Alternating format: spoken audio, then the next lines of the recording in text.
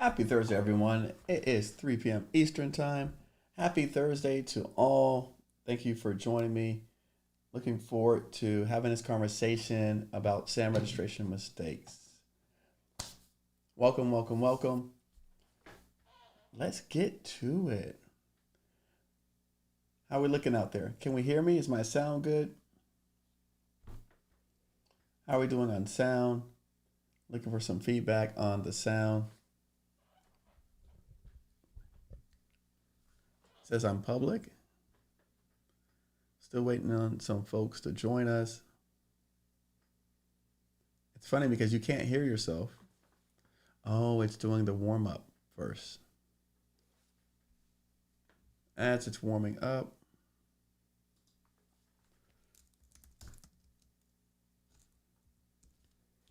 All right. How are we sounding out there? Good. It says my connection is excellent. You just watched a clip from Venus Quates. She's podcast guest, episode 108. And Venus actually was the person who gave out she was the first person to actually donate to GovCon Giants and make it possible for our students to win scholarships. So this is her episode. Make sure to show us some love. Thank you, Venus, for that as well. Let me know who's out there. Tell me if you can hear me okay. I just want to make sure before we get into the goodies that my sound is checking. I know there is a lag, but let me know who's out there and let me know that you can hear me. My sound is great so that we can jump into the goodies. So let me know. Welcome. I see we've got a couple people on. Just waiting on some feedback on the sound before we jump into it today. Like I said, the plan is to continue having conversations about various topics that are affecting small businesses, and I think that SAM registration is a big one. So if you can hear me, put in the chat, hoorah, in the chat, put a wave sound, something, wave, Happy New Year 2022, Sylvia Bird. I see some folks out here. Let me know, put a hands up.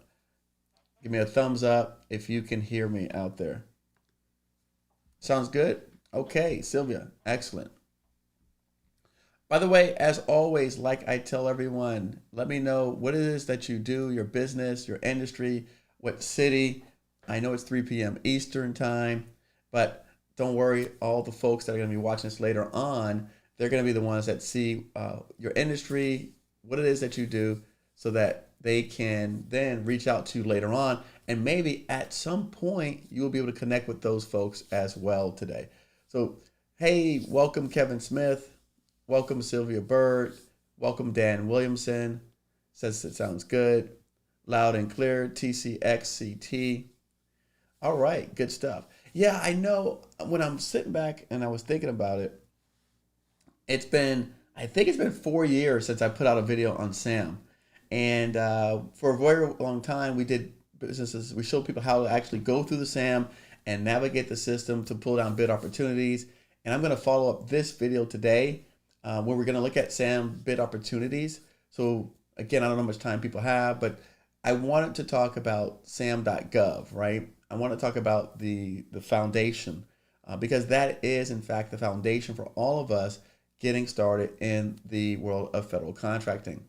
So I definitely want to talk about SAM.gov and make sure we get that down pat, since that is the foundation, before we move on to more, I would say, more intricate or more advanced type of topics. I definitely want to make sure we got that down pat because, believe it or not, I'm still receiving notices from folks out here who are having a hard time with their registrations. And so I want to make sure that, in fact, we help resolve these issues.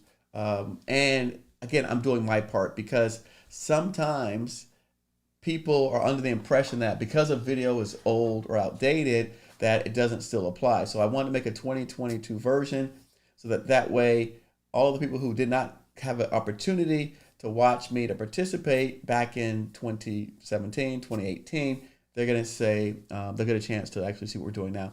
Hey, Shooter Brown. Eric, I really appreciate you. I'm just getting started with my trucking company, Black Disabled Veteran, eager to start government contracts. Love the info. Thank you, Shooter. I appreciate you. All right, now, if you familiar with SAM.gov, and I'm assuming that the majority of people are, but for those who are not familiar with SAM.gov, on their website, it actually is pretty good. I actually enjoy their website. It tells you the steps to follow to actually get registered. And so while it only took them a few years to get to this point, it does give you the steps to follow to get registered. Step number 1, request your DUNS number. Step number 2, prepare your data. Step number 3, get a login.gov account. And step number 4, submit and finish. And so it actually, I think the government has done a really good job here in laying out what you need to do. So here's step number 2, right? And then let's see step number 3, get a login.gov account. And then step number 4 is submit and finish. And by the way, if you're tuning in and you're watching, and if you've had problems with your SAM, please put in the chat so we can talk through it and try to help those folks who've had some problems and who have not gotten registered. Please go ahead and drop that in the chat. This is always interactive. That's why I came on live. That's why I didn't make a pre-recorded video. This is interactive. If you've had a problem with SAM, then definitely I want to know about it. So again, here are the basic steps. Request your DUNS number, prepare your data, which includes your tax identification number, cage code, in-cage code, financial and banking information, point of contacts, and then you're going to finish up with the FARs, and then get your login.gov. And I always like to use Google Authenticator for my login.gov. But today we want to focus more on the challenges that people are facing. And what I've seen from my students out there, and what I hear from people receiving emails from folks all the time running into issues with their sound. By the way, make sure to hit the like button. Thank you for that. Also, please subscribe to our channel if you like the content and you like what we've done so far. Most of you probably already subscribe and you have your notifications on, so we thank you for that as well. All right, so let's jump into it. So let's go over here. The first thing that I notice with people when they're registering SAM, the first issue that they have is they have a virtual office, but they do not have a lease agreement. And so what I always encourage people to do is, if you have a virtual office, right? And I just Googled this, virtual office with lease agreement. You want to make sure that your virtual office, see this says virtual office of Florida, flexible workspace, local number, a legal lease, and a physical area to meet. So if you're going to have a virtual office space, then you definitely want to use an office space that has an actual number in it. Because what happens is, I've seen time and time again that people's SAM registration gets denied because they can't actually provide a lease. And a lease agreement is such an easy thing to provide, but if you have this virtual office and where you got to secure the virtual office from, they don't provide it, then that's where you run into challenges. And I've seen so many people send it to me and say, well, Eric, but what, I can't have a virtual office? Yes, you can have a virtual office. You can have a home office. It doesn't matter. They just want to see a lease agreement in place. So if you decide that you want to go out and get a virtual office, there's nothing wrong with that, but make sure, in fact, that you get a lease agreement in place when you're doing so. That's just going to help cut down from a lot of the nonsense out there when going through this process. Remember, we are dealing with the federal government. And so when you're dealing with the federal government, they have their rules in place. And so it's our job to just comply with the rules, not to fight them or challenge them or figure out, right, how can we skirt the rules? Because think about it this way, and this is why I came on, is because if you can't get past these simple hurdles at this level, imagine when you're actually trying to secure a contract, right? So again, think about this as like your first challenge in the arena when you're trying to go after contracts. And this is your first hurdle you got to get past. And so you really want to fight as much as possible to learn and understand to get past this hurdle. And speaking of that, my number 2 mistake that people make all the time is hiring third-party registration companies. So what is that? So you receive this email, right? And they have them out here.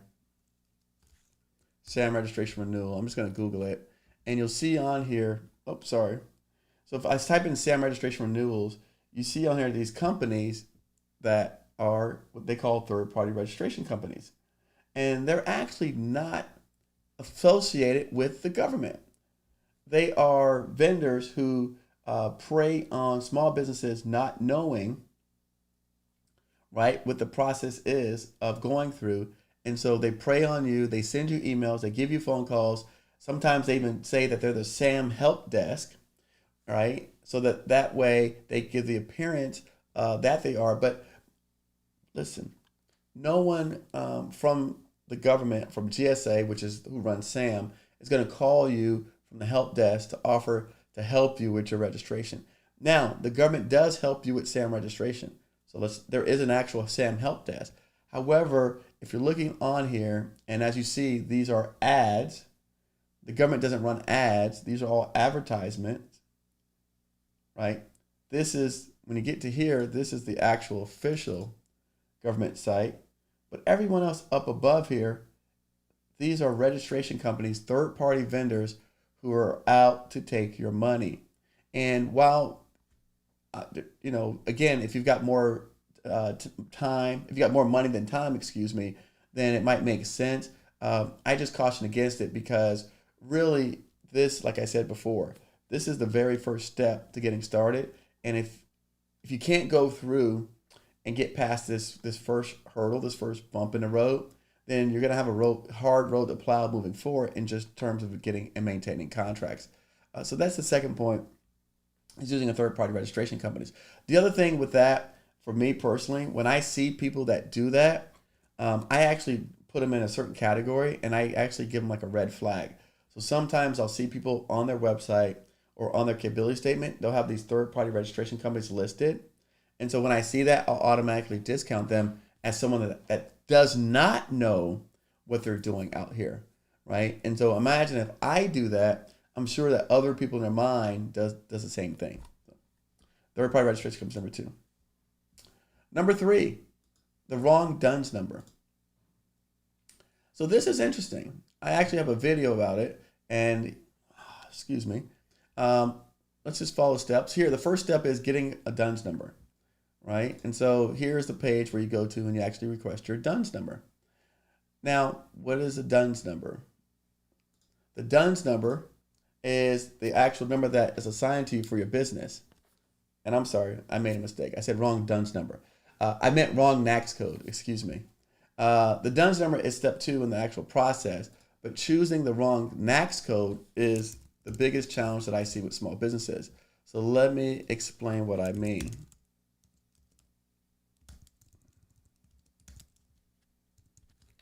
And I have a video on this, but we'll go ahead and give you a different version. So here's your NAICS codes. All right, you guys can see it. All right. And I love construction because I'm in construction, so I go to construction. And under construction, we have several categories of NAICS codes. And it says there's construction, there's residential, multifamily housing. Everybody sees that. Let me change my screen so you can see it here. All right. Now, when we are looking at the NAICS codes, for example, I see here someone says, Adrian from Detroit, construction and development. I only got one person tell me what they did, and that was a trucking company. So let's we'll do trucking. Tell me, Shooter Brown, what type of trucking business do you have? Tell me what kind of trucks do you have? I'm gonna use your code as an example. So let's do truck NAICS codes. All right. I need to know what kind of truck you have so I can pull this up. I'm going to use you as an example for today.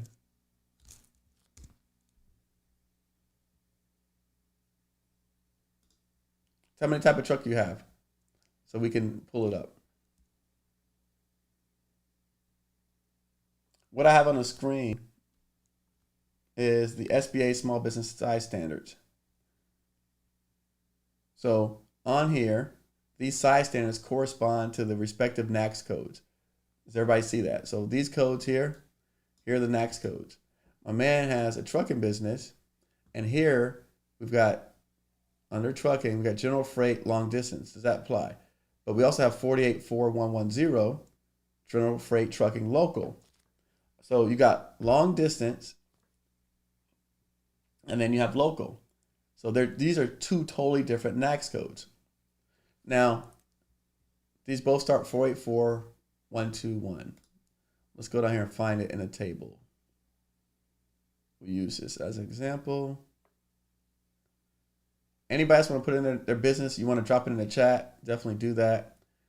I'll be more than happy to run through it with you. Anybody just showing up now to the chat? Let's go down here. All right. What did we say it was? 484? Okay, here we go. All right, so trucking, you got general freight trucking, local, general freight trucking long distance, general freight trucking long distance, less than truckload, U.S. household and office goods moving, specialized freight trucking, local, specialized freight trucking, except used goods trucking, local, and then you've got mixed mode transit systems. So all of these have the same size standards here, 30 million, 30 million, 30 million, 30 million. So in his particular case, it doesn't matter which particular code he chooses or elects because they all have the same size standard tables. For some of us in other industries, it makes a difference. Let's go in and let's look at another industry.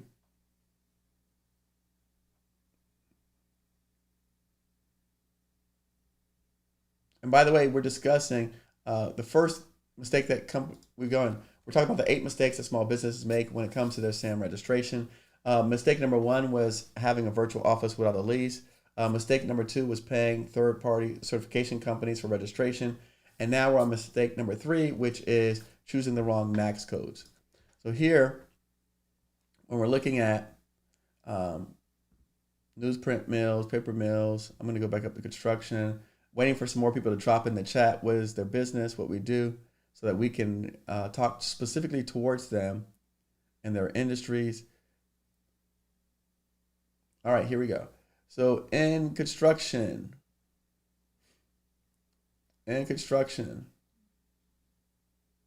all right, we have here 236, 210. Somebody just said we do residential small commercial rehab. All right, thank you. Thank you for putting that in here. So residential remodelers, right? Size standards, 39 million. Commercial institution construction, 39 million. Industrial construction, 39 million. And then we come down here and we have your specialty trades, right? Which is poured concrete, 16 million. Structural steel, 16 million. Framing contractor, 16 million. Masonry, 16 million. Now, why is this a mistake?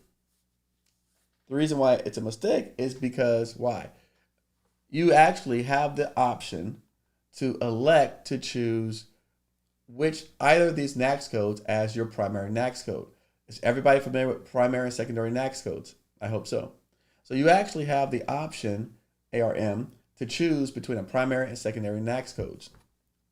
So now when we're looking at your primary NAICS codes, my recommendation to people is always the same. Hold on, I see a problem here. Let me take my big head off the screen. Oops, give me 1 second. Okay. Let me just make me smaller. There we go. All right, problem solved. All right, so now when we're looking here at the respective NAICS codes, you see here on there, the size standards vary from 39 million to 16 million. Well, what does that mean to you?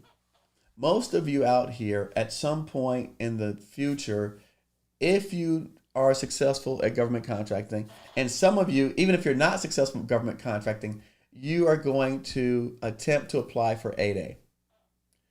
And when you attempt to apply for 8A, on your application, the government is going to ask you, what is your primary NAICS code? And when you apply for 8A and you successfully accepted into the 8A program, then the government is going to use that primary NAICS code to determine at what point does your company no longer a small business. Does that make sense? Or is everyone following with me? So now, when that happens, okay, let me see, Adrian, when you are an 8A contractor and you've decided that your primary NAICS code was, for all intents and purposes, let's say framing contractors, right? I got one of my boys, he does framing. And you say, Eric, we're a drywall company. Like all of our employees do drywall. If in fact you elect framing contractor as your primary code, then what will happen is if your company becomes wildly successful beyond your imagination or as you planned, and you hit the $16 million mark, at that point, the government is going to say, Adrian, I am sorry. Unfortunately, we can no longer continue giving you sole source contracts. In fact, we can no longer give you 8A contracts because you have now officially graduated from the program. And you're going to say, wait. But I got more room to grow. Yes, but unfortunately, the code that you have only allows for contracts, allows you to go up to $16 million in annual revenue. And so what will happen, Adrian, is that you will be essentially knocking yourself out from the potential to grow even further in your business endeavors. And at that point in the game, you've probably already had successfully, like you said, you've done a lot of local and state city contracts.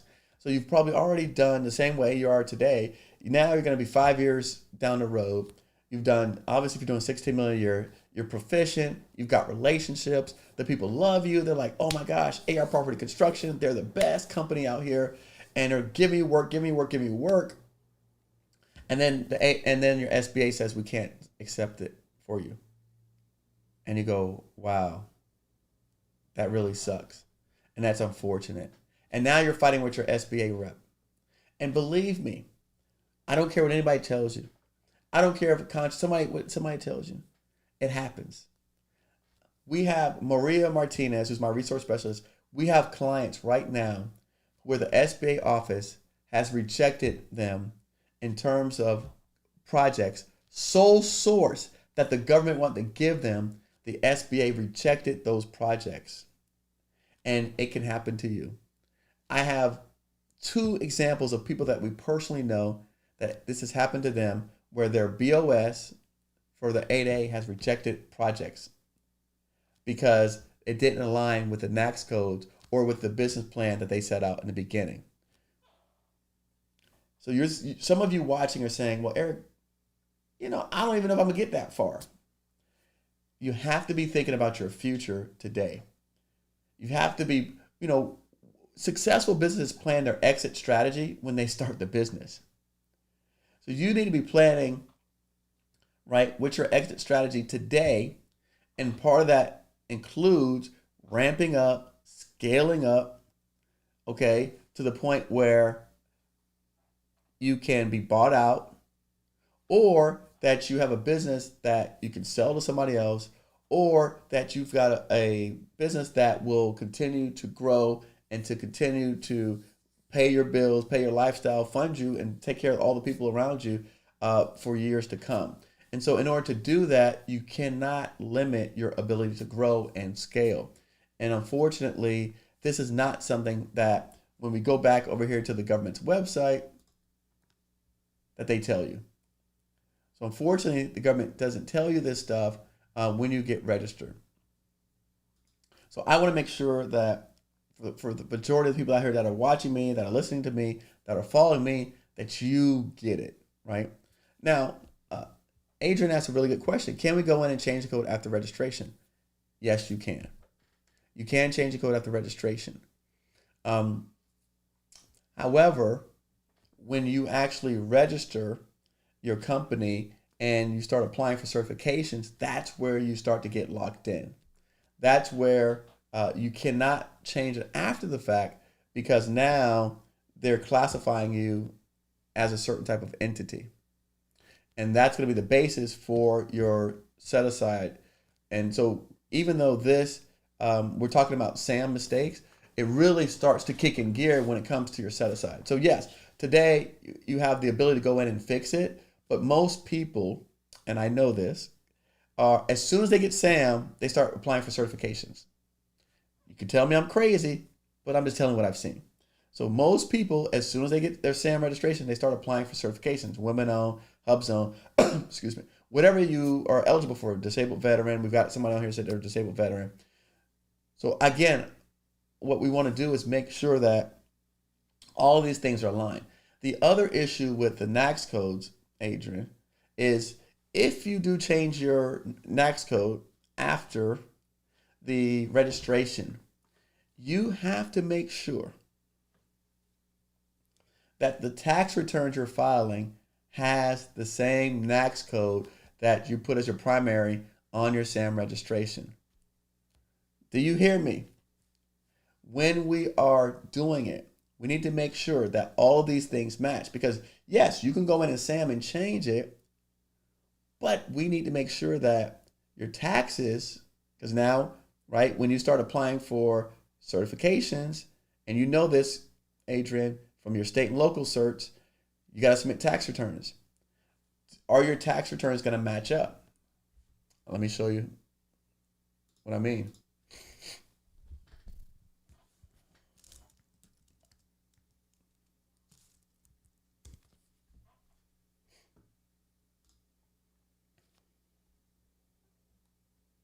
Sorry. All right. Look at this. You guys see that? Oh, it's a little bit small. On your 1120S, on 1120S form. Let me see if I can zoom in. All right, you see that? All right, so Adrian, now, when you're filing your 1120S form, this is what's going to happen.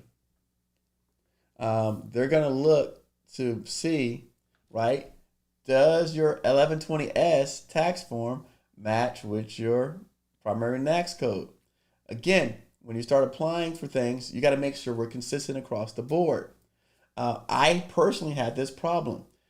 You know, when I actually went to apply, the government said to me, hey, these things aren't lining up. So let me tell you what's going to happen when they don't line up. You know what's going to happen?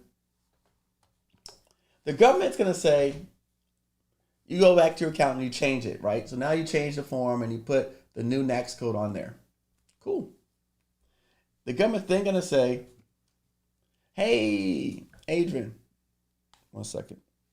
People keep calling me. They're going to say, and this is the silliest thing in the world, by the way. I don't support this. But they're going to say, because you changed your NAICS code on your tax return here, because you changed your NAICS code on your tax return, they're saying that you're essentially, this is a new entity. Blows my mind, the stupidity behind it.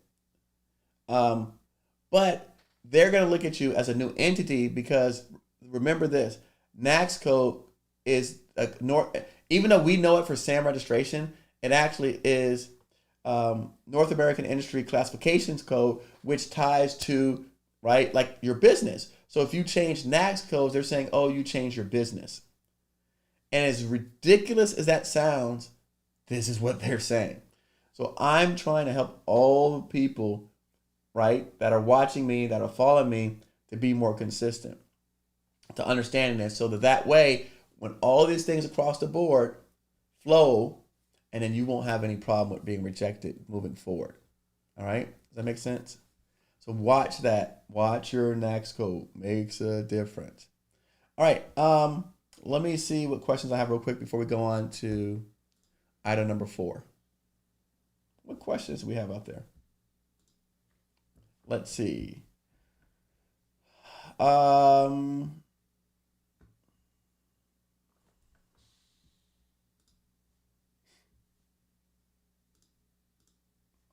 all right. Information technology, consulting management. I'm going to need to do some contract because I only have one truck. No problem, Shooter Brown. First time I failed registration DLA when issued the cage code because in LLC I need to choose other when it came to selecting business type. Just took several phone calls to figure out. Good stuff. Can we go in and change the code afterwards? We discussed that. They also want to lease for the virtual office. It's a process, stay persistent. That's correct. And that's what I said to people, right? Is that if you get a virtual office agent, and then what happens is you have to get a lease. Some people have virtual offices without a lease. So you definitely got to get a lease with the virtual office. So just make sure when you're setting it up that you get a lease. Hey, Eric, my name is JR. My company is TO Logistics. I'm a logistics supply chain. We're located in Pacific Northwest. What's going on? How are you, brother JR? Good afternoon, DT Delray. Anytime soon. I wish I had some time to speak to you, but it was great meeting you. Elvis Anthony. All right. Good stuff, Elvis. So listen, let's go into item number 4. And this one's pretty cool. IRS 10 match validation. And I'm going to come here and pull up one of my videos for it. IRS 10 match validation failed system for award management. And that's a lot to say in a mouthful. We have a video actually on this, but the reason why we're going over these things is because sometimes you don't know where to turn and who to call and who to reach out to. This is so simple. This oftentimes happens when your IRS, the address that you put in, it doesn't match the address that goes in the DUN and the address that goes in the SAM registration. So what I always tell people to do, sometimes it's making things capital versus lowercase. Sometimes it's you put like the apartment number and on the second line as opposed to an exact same line. So one of the things that when this happens to you, I don't want people to get flustered. I don't want people to get frustrated. A lot of times it's as simple as just checking the address and making sure that the address matches with your DUNS number and the address in the SAM all align up. Very, very easily. So that is something that is very common to small businesses. And I don't want people to feel like you got to spend thousands of dollars for someone, lawyer or somebody to help you figure these things out. Because most of the problems that happen with SAM registration, they can be solved in a couple minutes. It's clicking a button, changing something, making sure something matches up. This is by far one of the easiest things to do when you get started. So I just want to make sure that when you see these things that you don't get flustered, that it's similar to what someone said, staying persistent in the chat. And so again, I want people to know this so that they can be prepared in case it happens to you. Not saying what happened to you, but just in case it happens to you. Number 5, your MPIN number is, okay, what's an MPIN? Let me go over here. And I've got on here, what's an MPIN? And the reason why I put that on there is because I have seen capability statements where people put their MPIN. I hope that everybody understands that your MPIN is your secret word. That is not for you to post on your capability statement. You put on there your cage code, you put on there your DUNS number. You don't put your MPIN number on there. Please don't do that. I have seen people do this. Please don't be that person. Again, all of these things make you look like an amateur. We want to make people look like professionals. Keep your MPIN secret. Don't push it on documents that you're sending out to folks like myself, to people in the government, to prime contractors. Keep it secret. All right. We'll take questions in a moment, but just keep dropping your questions in here. I appreciate it. We want to take all your questions.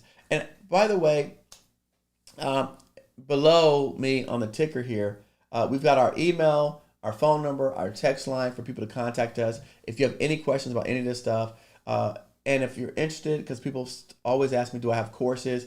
If you go to the black item right here, govconeric.com/join, you'll see a list of courses that we have that goes over getting started in the government contracting arena. So just want to make sure that all the information to reach us is below. whether it's in this ticker or this box that tells you the courses. This tells you how to text us. We've got a community text line that we have people monitoring and responding. And we've got a resource number that for you to call or send us an email, whichever you feel comfortable. We're here for you to support you. Number 6, putting too many NAICS codes on their profile. Now, that wouldn't be none of you out there, would it? Huh? Anybody out here does that? No? Anybody out here got 22 NAICS codes in their profile? Anybody? You know, what's interesting, my podcast guest coming up that the podcast should be released either today or tomorrow. Sometimes when you're looking at people's capability statements, they'll have on here, like this one has 7 NAICS codes. That's not terrible. This one has 6 NAICS codes. Okay, not too bad. But sometimes people will have on here, and I don't see any here particularly, but sometimes I've seen people that have 20 NAICS codes, 15 NAICS codes, 30 NAICS codes. Listen, you are a small business. Please understand that you cannot fool the government. You cannot trick the government in understanding that you can do all of this stuff.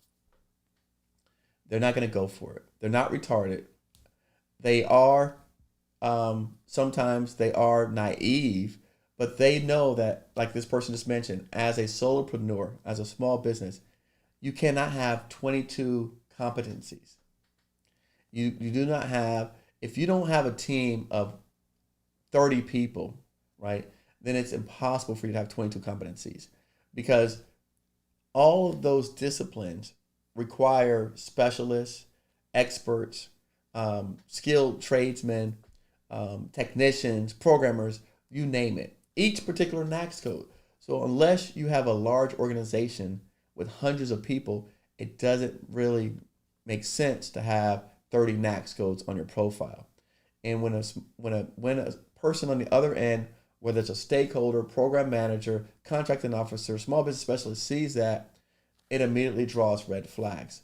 So please, please, please, please focus on your core competencies, your core capabilities, and that way that the person on the other end will respect you for that, and they will have a much deeper appreciation for the services that you do provide and the value, and they're more likely to refer you to someone where you can actually exhibit your expertise and your professionalism, as opposed to saying, I do it all, I do everything. Like, I do flat trucks, big trucks, little trucks. I go local runs, I go long hauls. You know, I've got cold trucks. I have access. I'm a broker, so I can do any kind of truck you want. You just tell me what you need. No, what I need is one particular type of person with one particular type of expertise. That's what I need. And I need that expertise hundreds or thousands of times. Because since I'm the government, you only need to have one expertise, right? And if we go back to the beginning of this video, this intro with Venus Quates from Launch Tech, she has 3 core competencies that she's really good at. That's it. 3.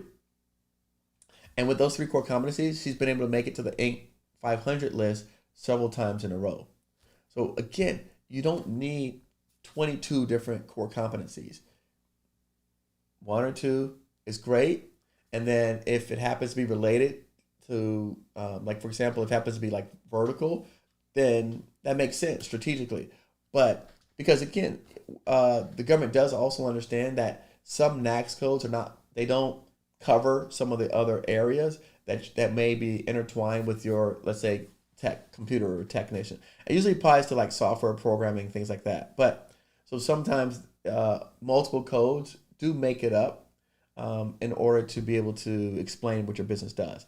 But it's the people that have 30 codes, 25 codes, and we ask you, how many employees do you have? And you say, oh, it's just 3 of us. So how in the devil can you get all this stuff done with 3 people? Oh, I've got partnerships and relationships with all these different companies that I know that I've been working with for years. Not going to fly. Not going to work. No. All right, let's see what else. I've got a great idea for the drought of drivers. Would the government assist with that, or will they steal my idea?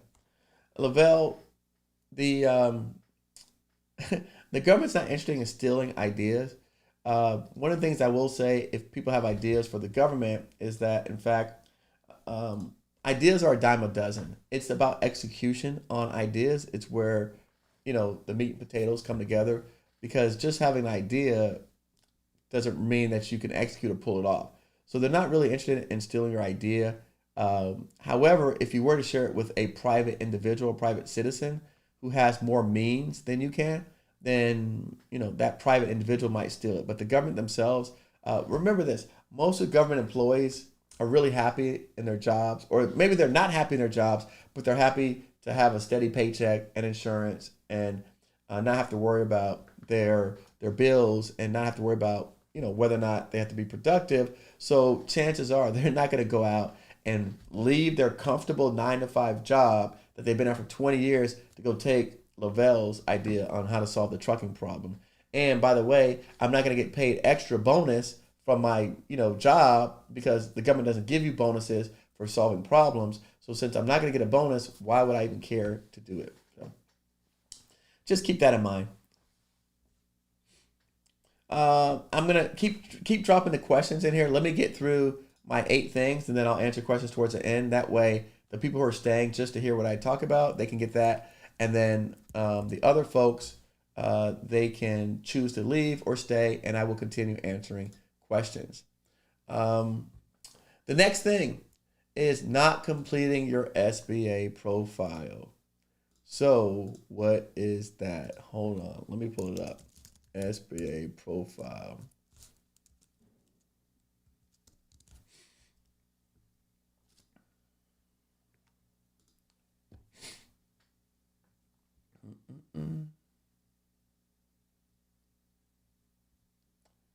Looks like I'm having problems here.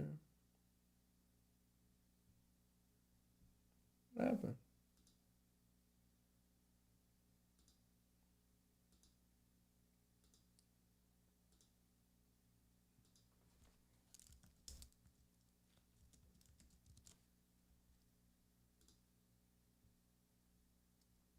All right, here, SBA. So let's do a quick search. Everybody with me? Anybody, what city are you guys in? Somebody drop their city in here. Or otherwise, I'm going to pick Florida. I'm picking Georgia. Internal error.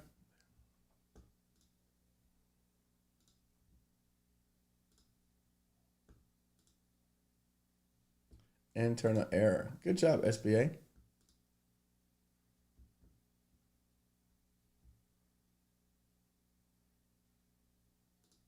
Service-able veteran business. Delaware.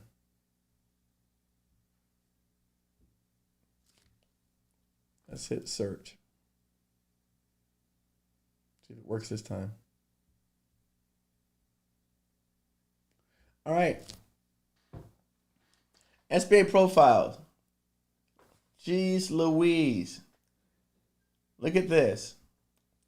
Look at all these blank SBA profiles. Blank, blank, blank, blank, blank, blank, blank, blank. Look at that. Let's go to the next page.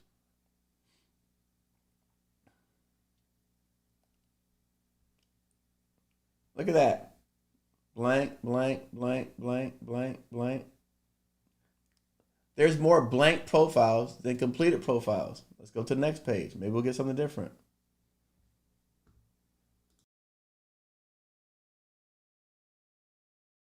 All right. What do we have? Same thing. Blank, blank, blank, blank.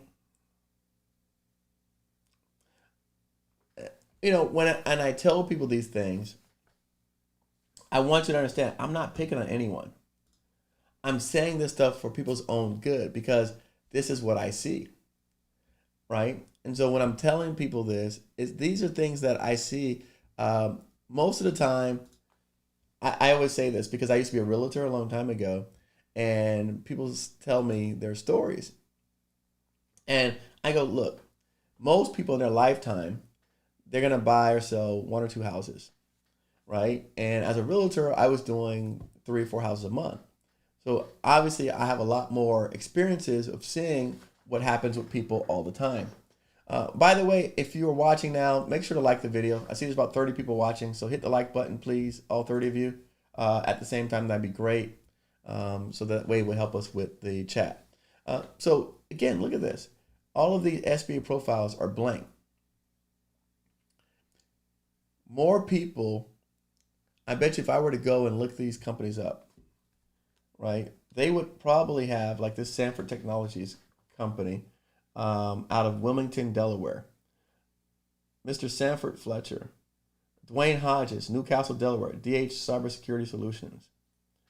Derek Furtado, eLabor IT Inc., Claymont, Delaware. So if I were to look these people up, I would find that they probably all have websites, because most of the time they tell you get a website. By the way, Lee, thank you for joining, becoming a new member. Much appreciated, Lee. I thank you for becoming a new member of fan support as well. By the way, and I'll talk to you about that. We do have our memberships that start off at as cheap as $5 a month.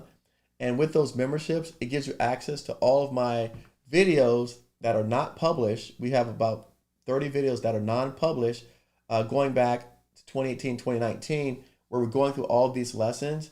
There's probably 30 videos that are 1.5 to 2 hours long that you can get access to for $5 a month. So thank you, Lee, for that. Going back to what we're seeing here, you have these companies that have websites, but they don't have SBA profile. Does anyone know? All right, I will make sure to critique your profile. That's a good, thank you, ER. I'll make sure to critique your profile.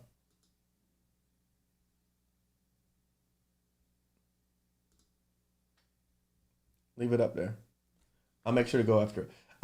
What happens is a lot of people have websites, but they don't actually have the SBA profile.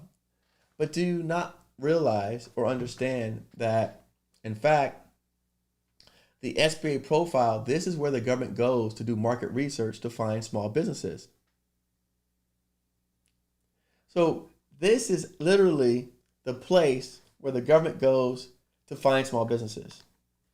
This is literally the place to go where the government does research to find small businesses. This is the place to go where the government does research to find small businesses. Did I say it enough? Okay. Everybody gets it? This is the place to go where the government does research to find small businesses. I have, and I'll tell you this, as a consultant, as a coach, small businesses, I have personally people that are in my courses recommended they make changes and update their profiles. And would you imagine that immediately after making the changes and updating profiles, they got a phone call from a government agency asking them if they were interested in a particular project. This one change alone can make all the difference in your success. Just this change. This is worth this free YouTube video that you came on to watch with me today. That I'm hoping out of the 35 people, we get 10 people sign up for our membership. That'd be great. I understand that the courses may be too expensive, but being part of the membership would help support our channel and support what we're doing. So again, this particular, just actually creating a profile and making the profile, right, will increase your chances, I would say 100%. Because if I'm the government and I'm looking at these companies that's on the screen, I'm not going to reach out to anyone that doesn't have a profile because I don't know what they do. Now, I'm not saying the government does that, but if I were the government, that's what I would do. That's the way I would treat it. All these companies in here, I wouldn't even bother with them. I wouldn't even bother with them. Sylvia says that's a business all in itself.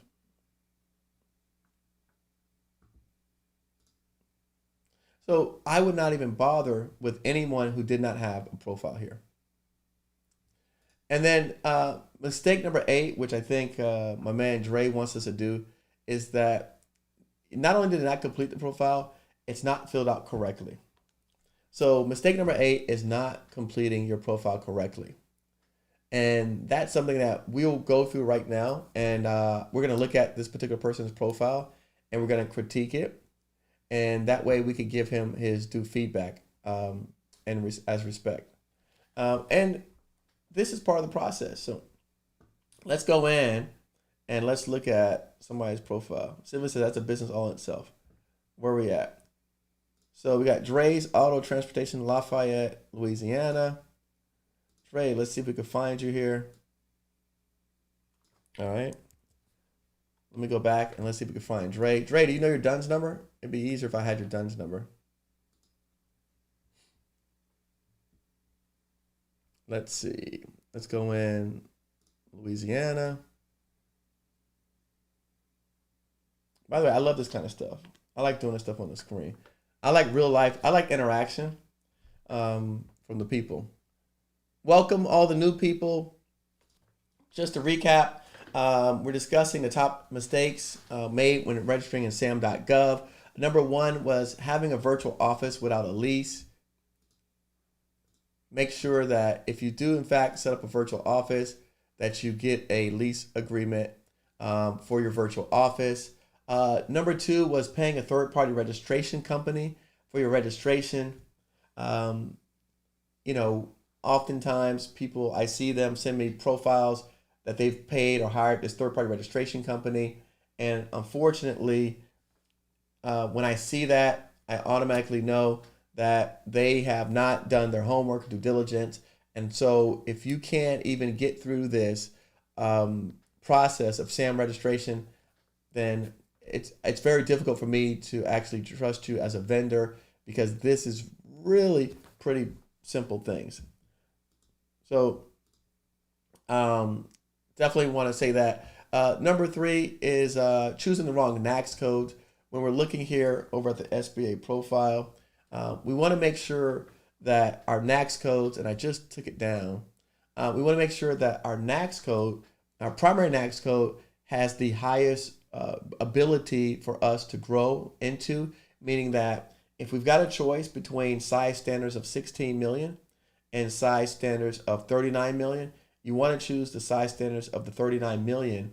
And then not only that, you want to make sure that when you're filing your taxes, hold on. When you're filing your 1120S, that it all matches, because when you get ready,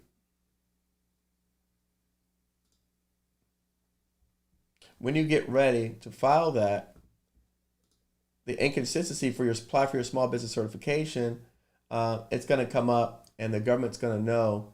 They're going to treat you like a new entity. And so if there's any inconsistencies, they're going to catch it right away.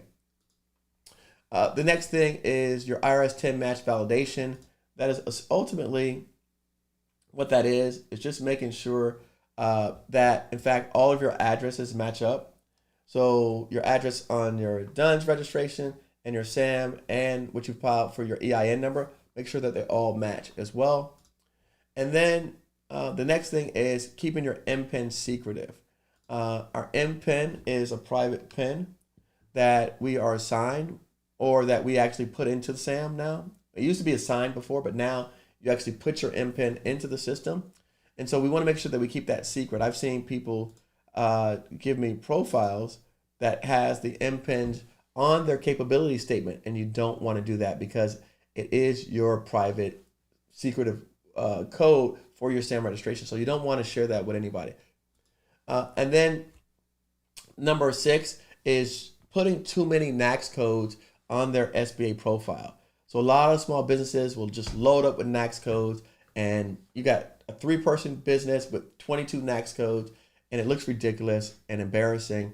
And trust me, the government will snuff you out in a minute and realize that, in fact, you don't know what you're doing. So just really focus on your core competencies. And then the last 2 involves your SBA profile. Number one is most small businesses don't even have an SBA profile, and I showed that on the screen here. And then the ones that do have SBA profiles are not filled out correctly. And so we're going to actually go through right now, and we're going to do an example from a man here, Dr. ER, and we're going to look up his SBA profile, and we're going to actually critique it live. So I think this is a good exercise. Those were the top 8 mistakes that most people make with SAM. And like I said, on the SBA profile alone, just on that particular profile alone can make all the difference in the world for you actually getting a phone call from a government official versus not getting that phone call. So oftentimes we say, Eric, man, I wish the government just called me with a contract. Well, this is what they're looking at to make a determination whether they should send you that email or give you that phone call. These are the things that they're using to make that determination. All right. 1 second. Let me make sure my lighting is good. It looks a little dark in here. All right. So make sure we fix that lighting for everybody. It's looking a little dark. All right. Good stuff. So, Lee says, I just called last night and learned why my 10 match on SAM was incorrect twice, but I was able to fix it finally. And that's a great point that you just brought up, is that here. The government does have, where is it at? SAM does have a registration help desk phone number for you to call. So there is an actual number for you to call for SAM for help, assistance, and they will help you. Please take advantage of that. Let the government help you. They want to help. Let them help. Hold on. Let me make sure I'm logged in. Yeah. If you've got problems, reach out to GSA. Their job is to get us registered in the system. They're not to get us no contracts, but their job is definitely to get us registered in the system. See what it says here? Oh, sorry. Let me go back on. Look, registration status. Registration typically takes a few hours to 2 days. Managing, if you got technical issues, Blizzard Federal Service Desk. Use this. Live chat, call, web form. Use it. All right? Don't pay someone that calls you on the phone and says they're getting you registered in SAM. Don't do it. Again, we want to help you. If you need help, right below, like I said, here's our phone numbers. Here's our email. Here's our text line. If you want us to help you, that's fine. We don't mind helping you. But people that solicit to you, right, that you don't know, that are saying they're going to help you with registration for a small fee, just be wary, okay? Be careful out there. All right, look, resources, SBA, DSBS. All right, so let's get to it. My man, Dr. ER, let's pull him up and let's take a look at his profile real quick. See what we got going on over here. Boom. Close this out. Jump over here. All right. By the way, hang around. I'm gonna probably stop this stream, start a new stream, and we're gonna talk about bid opportunities in SAM.gov. So immediately following this stream, I'm gonna start up a new stream, and we're gonna talk about bid opportunities in SAM.gov. Why didn't your duns come up?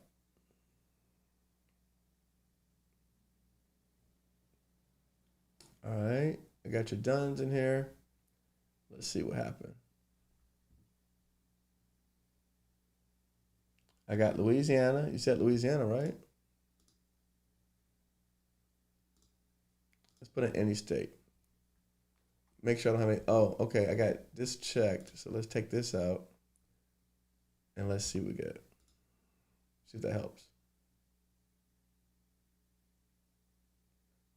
All right, there we go. We got you, baby. All right, so we got Dre's Auto and Transportation, Andres Woods. So I already see a problem. Okay.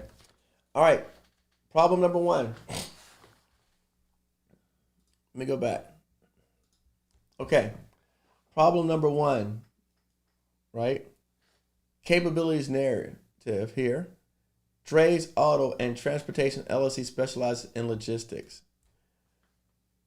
When you're doing your capabilities narrative for your SBA profile, what I always suggest and recommend to my students and my paid courses is find someone else, another company that does what you do, that does it very well, and then look at what their capabilities narrative is. The capabilities narrative should be keywords, and it should talk to what the government and how the government buys your services. So one of the easiest ways to determine that, well, one is you can go look at contracts and see what the government says for your type of services. The other thing is that you can look at competitors' SBA profiles and find out what they're saying. Hold on one second. Let me time this person out. I feel like we got a bot in the room. Let's go ahead and put this bot out here. All right. So what you want to do, Dre, is that I would look at someone else who has a logistics company and look up their capabilities narrative. And then from that, determine how you can model, we call it modeling, their capabilities narrative to match so that you can match what they're doing. And again, not just anyone. Look at someone who's successful. So if you know someone that's in the game, that's already winning a lot of contracts, go look at their capabilities narrative, see what they wrote, and then you model that for your capabilities narrative. Why? Chances are they already understand what the government's keywords are that they're looking for, and then you, when the government is looking for someone that's in your particular space, they're probably searching for certain phrasing, certain words that you did not put in there. So your name would not pop up. Because remember, they're not going to know you by your DUNS number. And they're not going to know you. They're not going to know, like when I read this, when you say specialize in logistics, again, when I go back over here, I'll show you real quick.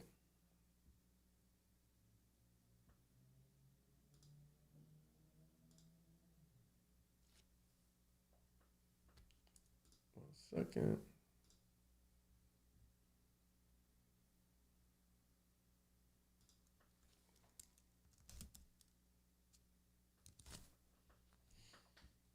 So when I go over here and I'm looking at these particular NAICS codes, I see, oh, this is retarded. All right. I see 484121 general long distance. I see 484-110 general freight local. So I see multiple NAICS codes. So again, I'm not sure which one applies to you, but I'll show you how to fix it. Okay, but that's the first thing that I see right off the bat. All right. Now let's jump into your actual profile. Welcome everybody. Thank you for joining me in the middle of the daytime. Immediately following this, we're going to jump in back on.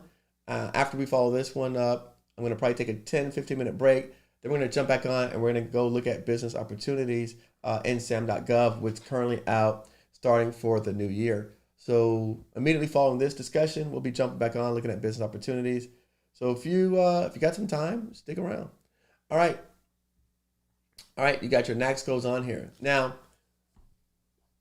again, oh, I'm sorry, guys. Let me pull up the big screen. All right, on your NAICS codes, you have your primary NAICS codes is car wash. So if I'm a contracting officer and I'm looking at this and you're telling me to do logistics and I see your primary code is car wash, I'm not going to match up car wash and logistics. I hope that makes sense. In fact, I don't see anything on here that ties to a logistics NAICS code, because for me, when I think logistics, I think about trucking, I think about moving, things like that. Like, let me just, logistics NAICS codes. So I think about, look, this is logistics 5.4. NAICS codes are logistics NAICS codes. 4.8 prefixes are logistics NAICS codes. I don't see anywhere on your profile where you have a logistics NAICS code. You follow? I see landscaping services. I see waste collection services, waste management services, sports and recreation instructions. Um, so just to be real with you, I don't really know what you do. I have no idea what you do because I would assume you're a car wash, and so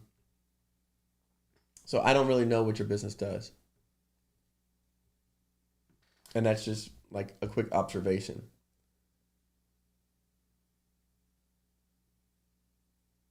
So it says logistics, but I don't know like what kind of logistics. All right. So I'd fix that. The other thing is that here, under keywords, you don't have any logistics keywords. You've got logistics and transportation, but those aren't keywords. So ultimately that doesn't really add up for me, um, because logistics and transportation are not keywords. Now, uh, Ronnie McCoy says provide search for competitors. We will do that right now. Let's pull this up. Does your NAICS code prevent you from bidding on solicitations outside of what you have listed? If you want to go for solicitation, no. Your NAICS code does not prevent you from bidding on solicitations outside of your code. However, what we're talking about are mistakes that people make and why they're not getting phone calls from the government in terms of, hey, we're looking for this type of company, and why you're not getting sole source opportunities, SAP opportunities, micro purchases, those kind of things, because this stuff is not adding up. Now, but it does not prevent you from bidding. However, in order to be awarded a contract, you must have the corresponding NAICS code on your profile in order for them to award you a contract. So no, you can actually bid, but you cannot be awarded a contract until that's actually listed on your profile. So you can bid anything you want, Adrian, but they just can't. And again, it's really easy. If you think you're going to win a contract, or if you're bidding a contract, just add it to your profile, and then you could get the award. All right.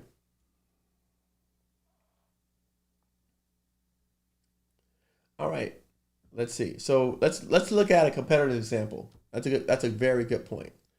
And let me find someone. Dun dun dun dun dun. By the way, there's 40 people on. Make sure you hit the like button if you're just joining us.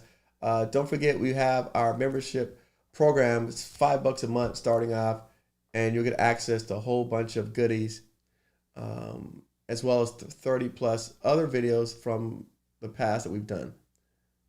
Let's look at. Sorry, I'm on my show.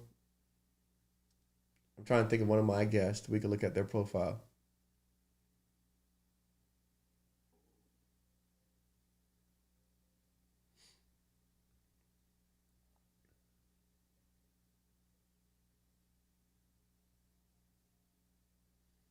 I know I have two people that did moving transportation, but I don't see it categorized as transportation.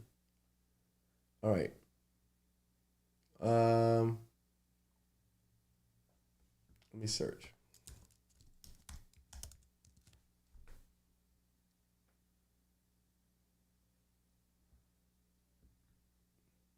James Lee. Maria. What else we got?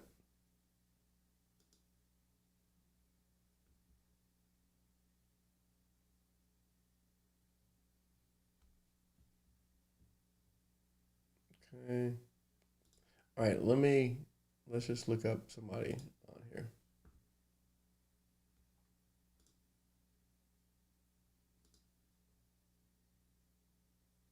You're welcome, Courtney. Let's go back. So, yes, you got to work on your profile, brother. Good stuff. Let's go back and let's do.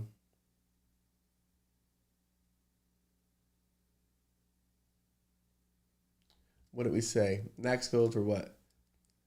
488. Let's pull up a NACS code. 541614.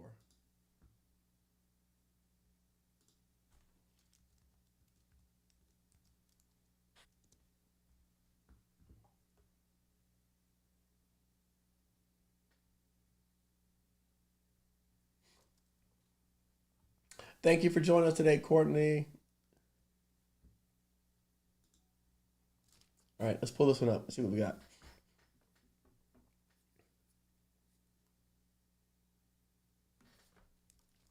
Let's see if we can find a profile that makes some sense. Bum, bum, bum. Insufficient. There's too many. Oh, it came out 11,000 profiles. All right. So let me. I'm gonna go to your same state. Where we at? Louisiana. All right. Same NACS code. We're gonna narrow it down by state. I had too many results.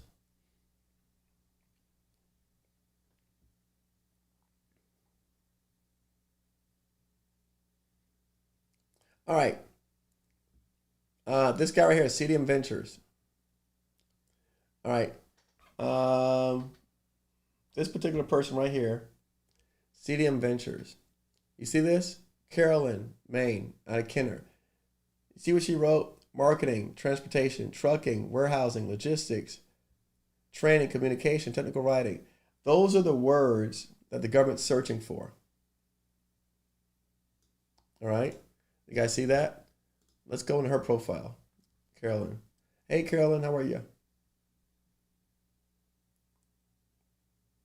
No, listen, I'm happy to have you guys here. I'm excited what we got coming up in 2022.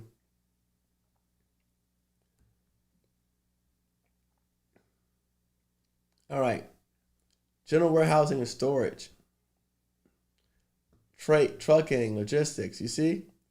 Keywords. Look, Carolyn, she knows what she's doing. See that? That's what you're supposed to do. Okay. Now, when the government is searching for someone's profile, they're going to type in these words. Non-asset logistics. I don't know what that means, but someone from the government is looking for someone who can handle non-asset logistics. Disaster management. The government is probably searching for companies that deal in disaster management. Emergency logistics. They're probably searching for someone who deals in emergency logistics. Transport. Travel tours. Warehousing. Storage. Transportation. Trucking. So these are all words that are industry standards for her respective industry that the government is going to be searching for when they're looking for companies who can actually do this type of work. And so you have to know, with respect to your industry, what are the standards that the government's going to be looking for when it comes to that type of work. Does that make sense to everybody out here watching? Yes? No? Yeah. So again, I just want to come on. I didn't want to make this too long, too crazy today. I did want to go through the top 8 things so that way people could kind of make sure that you fix yourself, you get yourself together. Really, what's happening is we are quickly approaching the end of the government fiscal year. Remember, the government's fiscal year starts in June, right? You got July, August, September. So you really got till June to get your stuff together because July, August, September is the last quarter of the fiscal year. So ultimately, you've only got really 5 months to get your ish together in order to start competing for all the money that's going to be coming down the pipeline. And if what happened last year is indication what happens this year, they're going to be spending a gazillion dollars. So definitely do that. Also, make sure to check out our membership. We finally got it turned back on. We had some problems with YouTube, but we finally got that turned back on as well. So listen, I'm going to take a quick break for about 10, 15 minutes. Then I'm going to jump back on quick. And we're going to talk about actually bidding. We're going to pull up SAM.gov and look at this week's source of thoughts, RFI, and bid opportunities list this coming week. So I'll probably jump back on about 4:30, Give me like 15 minutes to take a break, get some water, use the bathroom, and all this good stuff. To answer your question,